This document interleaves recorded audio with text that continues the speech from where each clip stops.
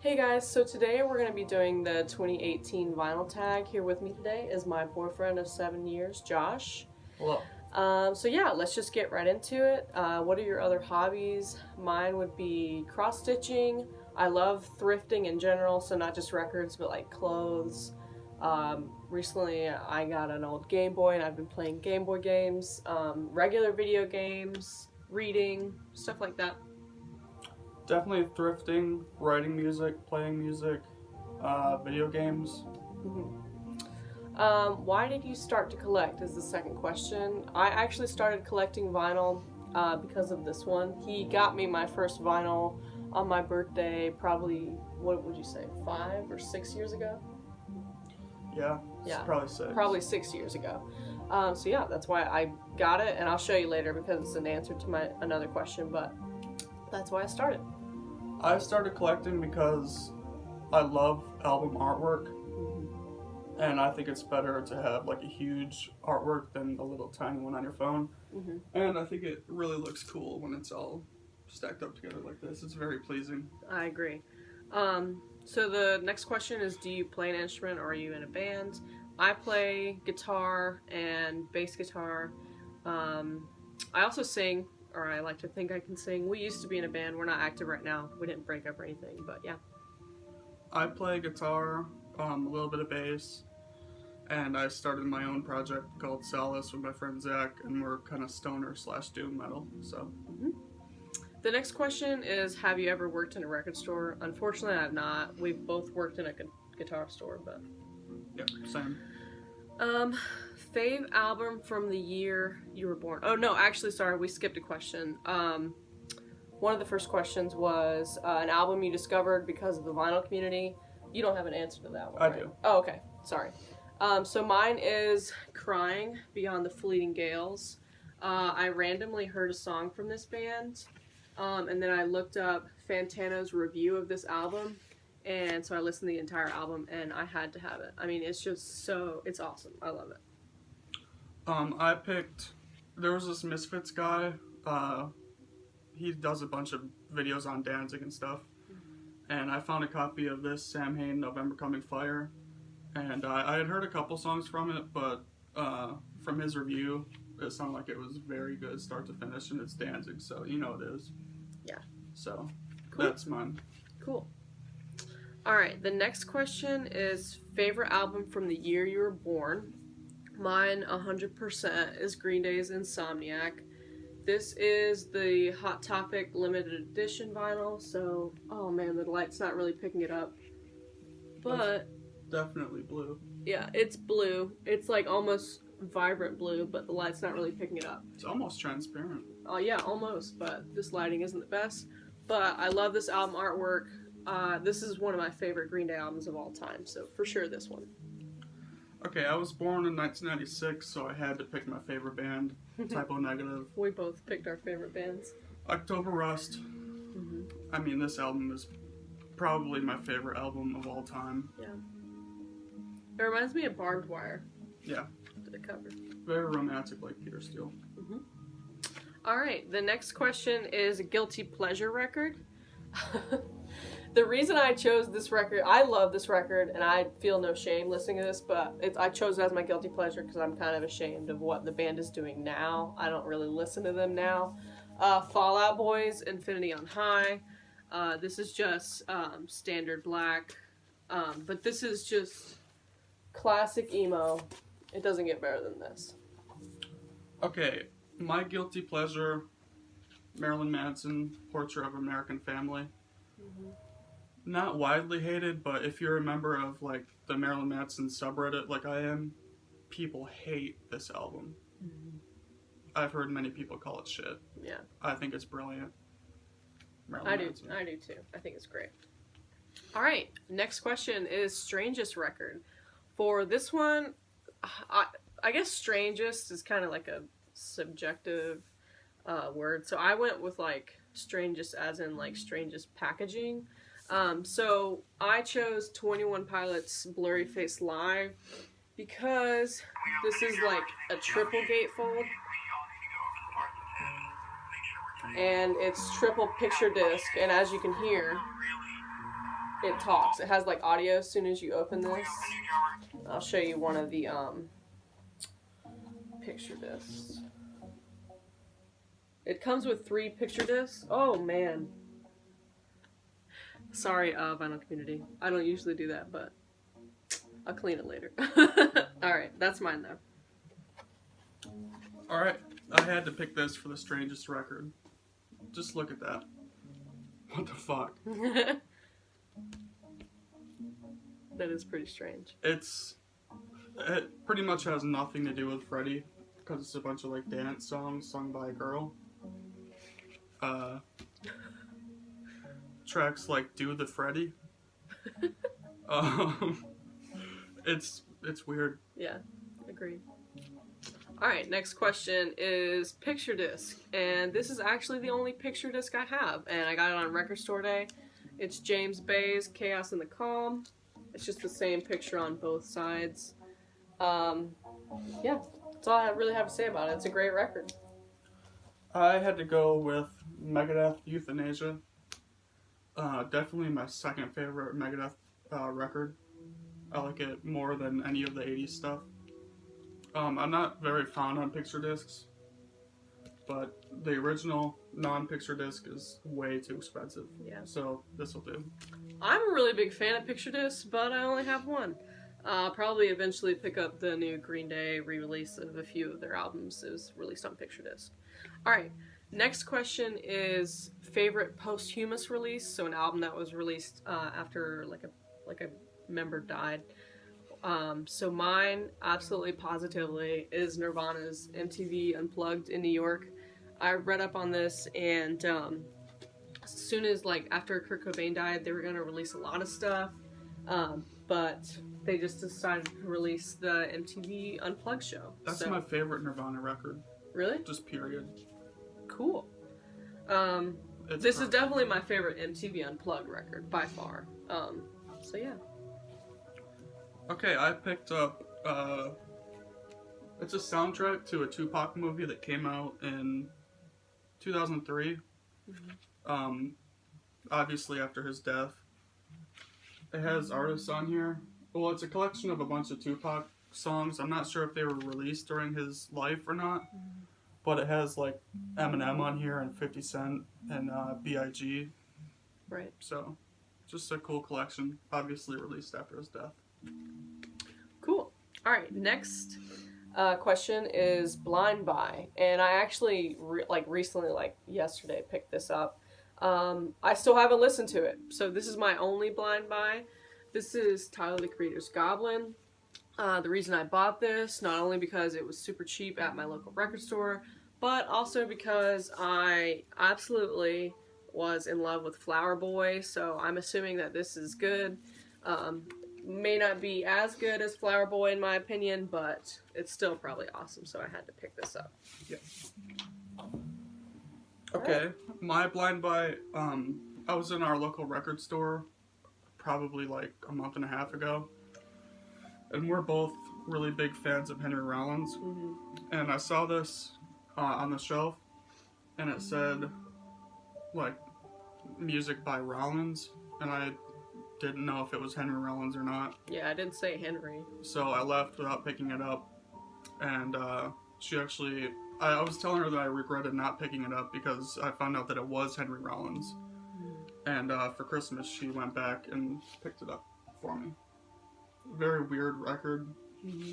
It's almost like Henry Rollins, not like rapping. It's like, yeah, but it's super like... It's like if Henry Rollins was in like early Red Hot Chili Peppers. That's a good way to put it. It's like funk, like rap. It's kind of weird. You just have to listen to it. It's got the bassist of the Rollins band in it too.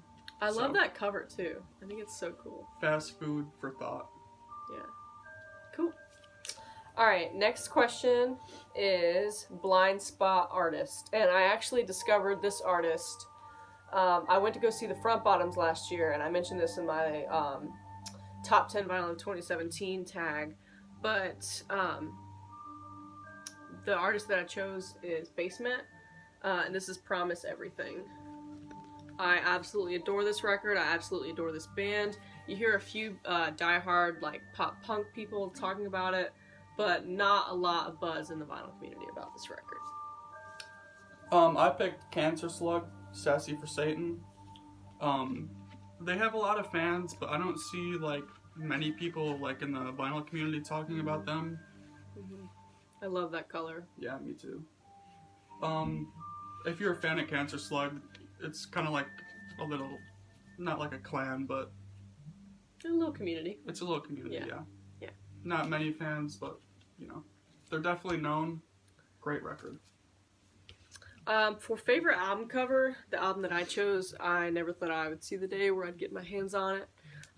Just because I don't know, this album is it's so something to me.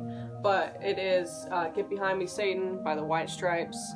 I love their aesthetic, red, white, and black, as you can tell.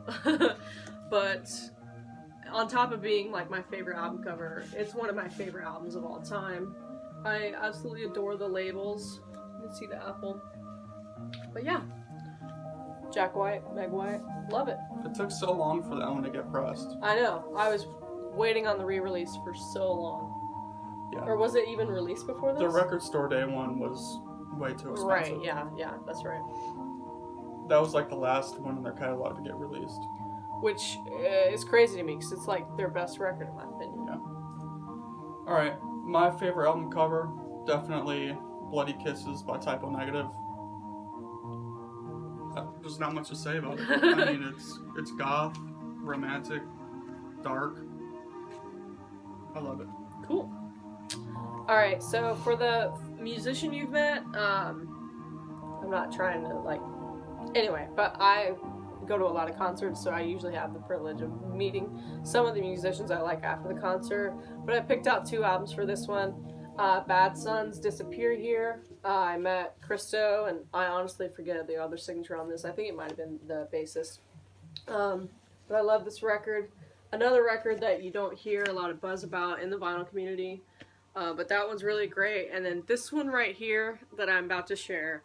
After I met this musician, I burst into tears just because it was so surreal. But I met Papa Emeritus from Ghost. You can see his signature. It's like over the label. And then a few other members. But obviously I was so taken aback by meeting Papa. But this one is the Hot Topic limited edition gray marble. Absolutely beautiful. Love this Ghost record. Yeah. I have 2 from my artists met. I met Dave Mustaine when I was a little kid, which was obviously insane. Love this record, in my top 3 Megadeth records. And over the summer, we recently met Doyle in our own hometown. Yeah, it's crazy. He came to our hometown. Got it signed by everybody. Yeah. But that was insane to see Doyle. Yeah. Never thought I would cool. see a Misfit in real life.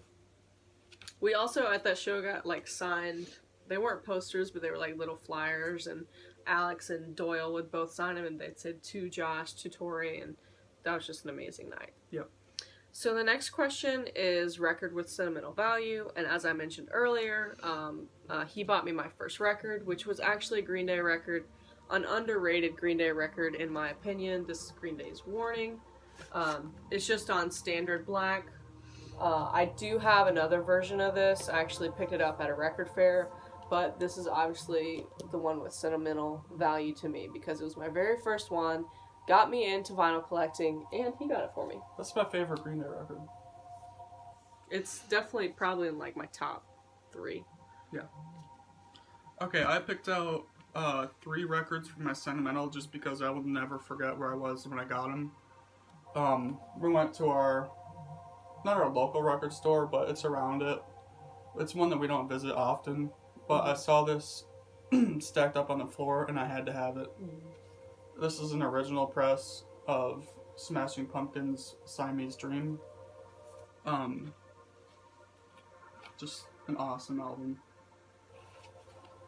And we were at a bookstore actually, and we found this. I found this for $20.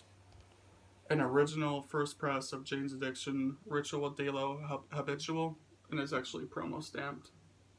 That's insane. I'll never forget that night. $20. And this is the craziest one. This is an original very first press of Black Flag's Damaged. It has the anti-parent sticker, and it's like almost mint. And I found this at Goodwill for $1. I felt like passing out. Oh my god. $1 Goodwill. I still can't believe that to this day. Okay, so favorite album nobody seems to know about. I have to go with Born Without Bones. Kind of like a modern emo pop punk band. I don't hear anybody talking about them. Actually, like even on Discogs, barely anybody marks down that they have this record. It looks like translucent, but it's like kind of like foggy. It's really cool. And as you can see from the Bloody Kisses album cover, like it looks so similar. Mm-hmm. I love this album cover. Love this album. There's not a bad song on this, in my opinion. So worth listening to, worth picking up. Okay, my choice is Seventh Void, Heaven Is Gone. Mm-hmm. This is actually a band that has 2 members of Typo Negative in it, and they didn't form after Typo Negative was done. They actually formed in like 2003. Mm-hmm. But I never hear anybody say that they love this band or that like it's even a band. They obviously have Typo fans. Mm-hmm. But outside of that, I'm not sure anybody knows it. So, Seventh Void. Alright, and the last one that we have is fave album from a genre that you don't know much about. So, I'm kind of into indie. Sorta, kinda. So, I went with this Alt J record. This is actually colored vinyl, but 2 separate colored vinyl. So we got the green, and then we also have the orange. Yeah. Absolutely love this record. You can't go wrong with Alt J. I mean, if you listen to indie music, you know Alt J, but yeah. That's mine. I love how they did the 2 different colors. I do too. You really don't see that often. I like that too. I picked Marilyn Manson, Antichrist Superstar, an album I paid way too much for, and I still get guilted about it to this day. I'm not totally into industrial metal. I obviously like a couple Rammstein songs, and like a couple Nine Inch Nails albums, but beyond that, like Ministry and stuff, I've never really looked into it. This is an original white label, Interscope. Yeah, Antichrist Superstar. We actually forgot to answer a question. Classic album you've never heard. My answer to that, I don't know if it's considered classic. I'm considering 90s and pre-90s classic, or classic in the terms of like the vinyl community rants and raves about it. I have not heard a single Radiohead record from start to finish. Neither have I. Maybe I will in the future. I'm on this kick right now where I'm like going through like classic rock discographies and like trying to listen to every single album. That way I can say I've listened to every single album. Maybe I will eventually get to Radiohead. I hear a lot of people talking about it, but I haven't heard a single Radiohead album. I'd say OK Computer is probably a classic album. Yeah. I mean, when that was like last year, it was last year, right? Yeah, I think it was re-released. It was re-released, and I mean, I saw that record on my Instagram feed, on the Snapchat that we're a part of, like a vinyl community Snapchat, on Reddit, on YouTube. I mean, everybody was talking about it, and I haven't even listened to it. Neither have I. I mean, there's a bunch of albums, like, I haven't heard a bunch of Rolling Stones albums. Me either. That are totally classic. Mm-hmm. I've never heard a single The Clash album. Mm-hmm. You know, just stuff like that.